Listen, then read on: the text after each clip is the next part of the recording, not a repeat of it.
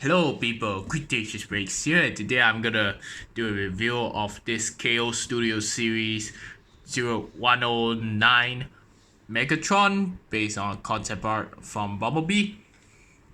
And this box right here, I don't know if it's the same company from BMB, but you can tell this artwork is literally not exactly how he looks. So the artwork looks very cool, but I don't know who originally designed this or whether it's taken. I'm not sure, but it looks a bit like Studio Series box like, but just all covered up because I see the blue stripe. And pretty much here's a back of them to show what modes you do. And I'm not gonna do the transformation because let's just say it wasn't like great in terms of transforming it, and there's some parts, oh man, I really don't trust myself, and plus I'm afraid of breaking. um yeah, I really don't know the name they pick for this, but for these alt modes they have, even based on the original, they're meh, but not the worst I've seen, honestly. And here's also more of this Megatron. So let's put this aside. And let's take a look at Megatron full detail. And let's just say the head sculpt, I believe the reason why Megatron looks like this, to look so kind of Waluigi. I heard someone say it, now I kind of see it, so thanks. I believe that his face sculpt is like this because it's based on Frank Welker's face, since he's the classic voice actor for Megatron in most Transformers media. And the only difference between this one and the official one is actually the eyes, and of course let's like painted black, I believe, for the this one. The eyes are looks like they are sculpted like separately compared to the original. Again, I could be wrong, but the eyes look smaller because of the sockets. Looks like it's like almost like this two separate piece, of course, and because the difference is that every part at the back is made of screws compared to the original.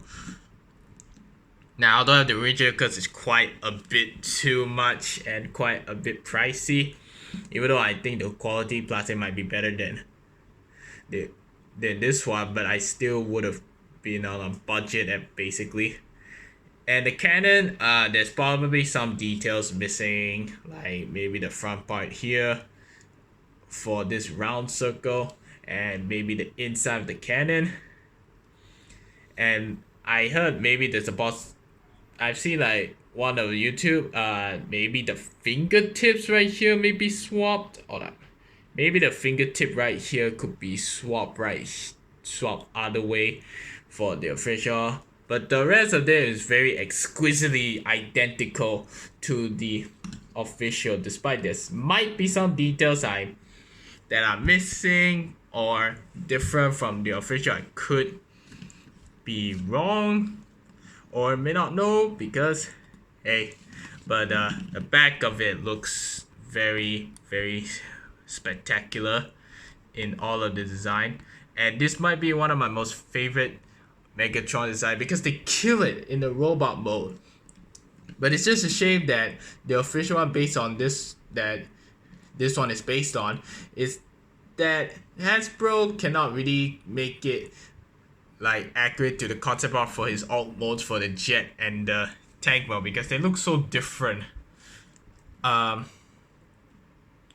So basically, like, I know this one is like, since based on concept art, I kind of wish there's a few more, like maybe a sword, but then again, it's based on concept art, so I not expected something. So I bought all of this from Taobao, and I bought myself this sword, which definitely looks like Transformers Prime, Beast Hunters, Optimus Prime Voyager class sword, just cast it in purple translucent, which is cool.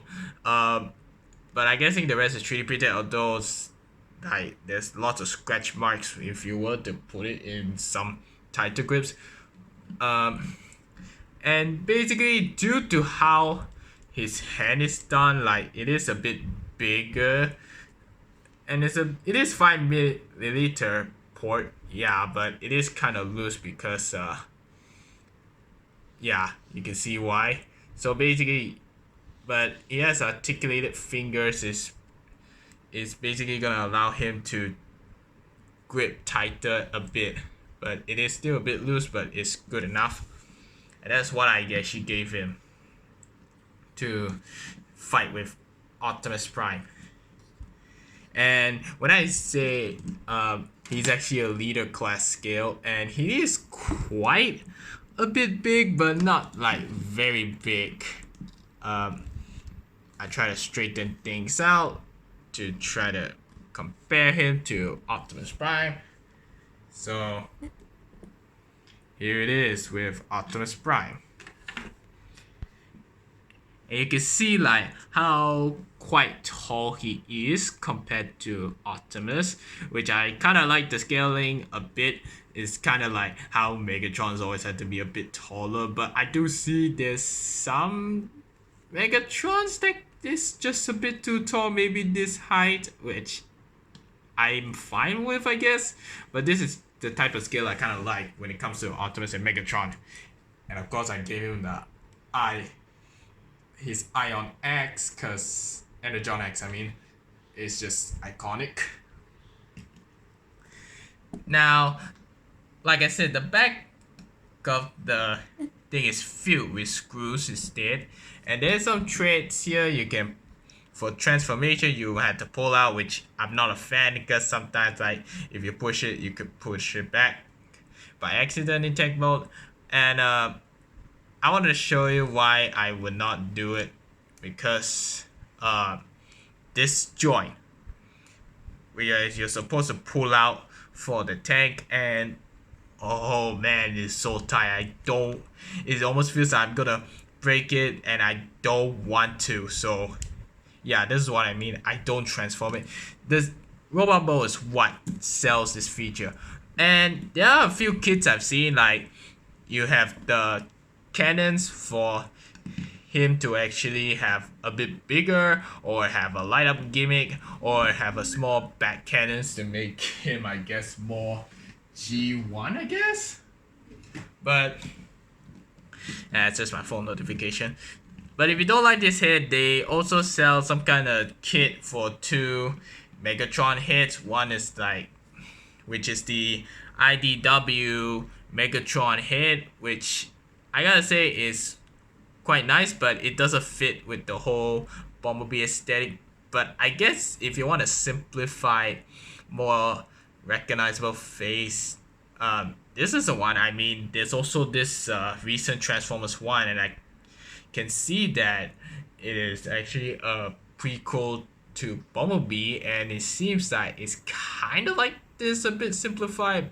But yeah, I still like both of the head equally, but there's also one that has a smirking face, but for some reason the helmet is differently designed, I guess. But in order to replace it, you had to just do it simple and easy for yourself to prevent any breakage. Use the screw right here for the back, and then you just had to pry it out, but just do it gently to prevent more damage. I've already unscrewed mine, so hold on, it's a bit hard to try to remove. Let me try. Let me see if I can. Yep.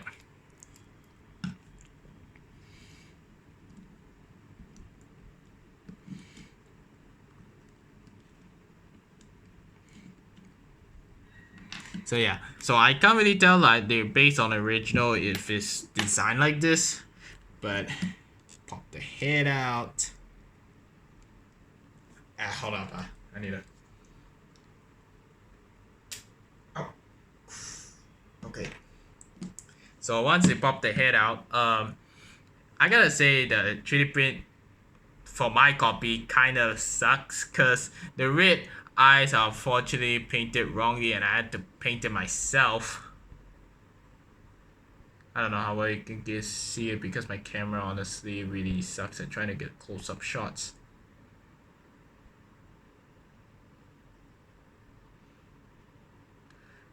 But even the bottom part of the head like has some bubbles on there, like what the heck? I know it's 3D printed, but come on, I've seen other people are very aware they want nice kits for this. And I had to spend $15 for this. I bought everything from Taobao, but and everything. So you pop the head. It is quite snuggle, but once you pop it in, it should be fine. You won't hear the clip, but you just pop it inside and then boom. That's how it looks. And I do like both of them in all honesty. Like I still like both of them for what they are, since this is based on concept art to be based on Frank Welker's face.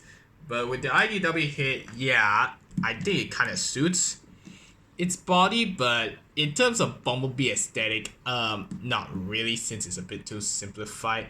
But I still like the fact that if people don't really like that face based on Frank Welker, you can just simply like get the kit, I guess. But and doesn't his face look a bit identical to this artwork for the face, not the helmet, but the face somewhat. I mean, in all honesty, I would have loved a kit with that face on the artwork rather than this, but I still think I like it actually. Anyways, for articulation, we will go ahead and do the top part first. Anyways, you have a ball jointed head, and a side note with this IDW head, he's a bit limited a few areas, like he can look a bit up more than what the Bumblebee with what the Bumblebee head did. So if you really want more range of articulation, you might as well just use the head for this dude, since I think it's gotta do with the more clearance of it. It's like a bit for the bucket helmet thing. I guess this Bumblebee one is actually a bit more space here and a bit flat, which is why I guess it has more clearance for movement, while the IDW doesn't, but I guess it's alright. So the arm will move out, can turn 360 degrees, and it have a butterfly joint, which is nice. I love that it has butterfly joints. You get a bicep swivel, a single jointed elbow that bends over 90 degrees, and you have this bicep cut, I think. Right here is very tight.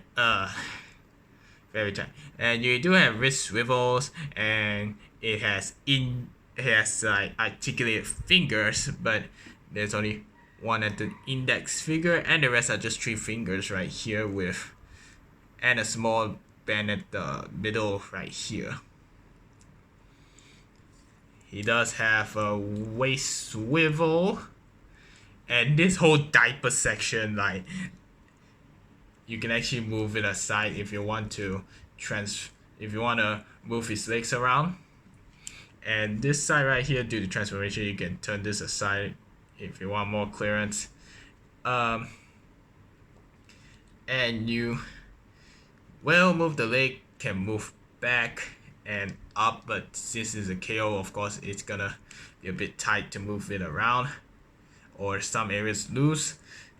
You can move up that much. it can turn.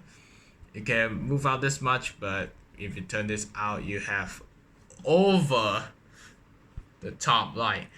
You can turn it around, go upwards, and it has a bit of the Nitro Zeus D, some which, for what I've seen, that toy guy mentioned, and it's like you can bend his knees all the way down, and this kneecap here you can choose to leave it like this or move it outward like this. It's very tight for this one right here, but yeah, and basically the feet can move up or down, and you have an ankle pivot, but they're very tight out of the box, so now it's a bit loose, but it is still very tight even after I move around a bit, but still just be careful. And the cannon right here, you can pretty much remove it to get it like this or transform it, but if you don't want to use it, you can simply fold these panels and fold the gun, and you must make sure that it is like quite a specific spot right here to be tabbed. And these hinges, they are not like 100% to be identical. You have to try to manifest it yourself to be correctly placed. Yep, like this. And here you have the back, and you can basically place it right here. And yeah, it looks really nice that it can store in the back, but we all know Megatron always had to have a cannon on this, his iconic cannon, fusion cannon or whatever people call it, on the right arm, but you can actually place it on the left arm, but whenever he doesn't need to use, he can store in the back. So pretty much I would say the posability and it's definitely very, very posable, and it really shocked me because I wasn't expecting that much for this dude, but he really has a lot of posability.